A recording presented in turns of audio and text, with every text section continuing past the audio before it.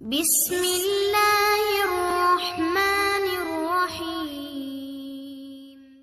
ایک دفعہ حضرت علی رضی اللہ عنہ سے کسی نے پوچھا، یا علی، وہ کون سی عادتیں ہیں جو انسان کے دماغ کو کمزور کرتی ہیں؟ تو حضرت علی رضی اللہ عنہ نے فرمایا، اے شخص، جو انسان ان 4 عادتوں کو اپناتا ہے اس کا دماغ کمزور ہو جاتا ہے۔ آپ نے فرمایا، پہلی عادت، بار بار تیز آوازیں سننا یا بار بار زور سے بات کرتا ہو، اس کا دماغ جلد خراب ہو جاتا ہے۔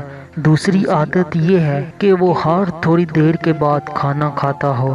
جو انسان زیادہ کھانا کھاتا ہو تو اس کا دماغ کمزور ہونے لگتا ہے۔ تیسری عادت یہ کہ ایک جگہ بیٹھے رہنا۔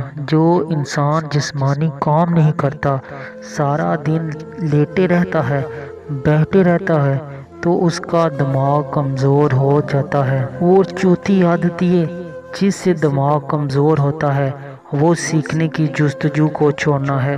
یاد رکھنا، جو انسان سیکھنے کی کوشش کو چھوڑ دیتا ہے اور یہ سمجھنے لگتا ہے کہ اسے سب کچھ آ گیا، تو اس کا دماغ کمزور ہونے لگتا ہے، اور وہ طاقت جو اللہ نے دماغ کو بخشی ہے اس سے وہ دن بدن محروم ہونے لگتا ہے۔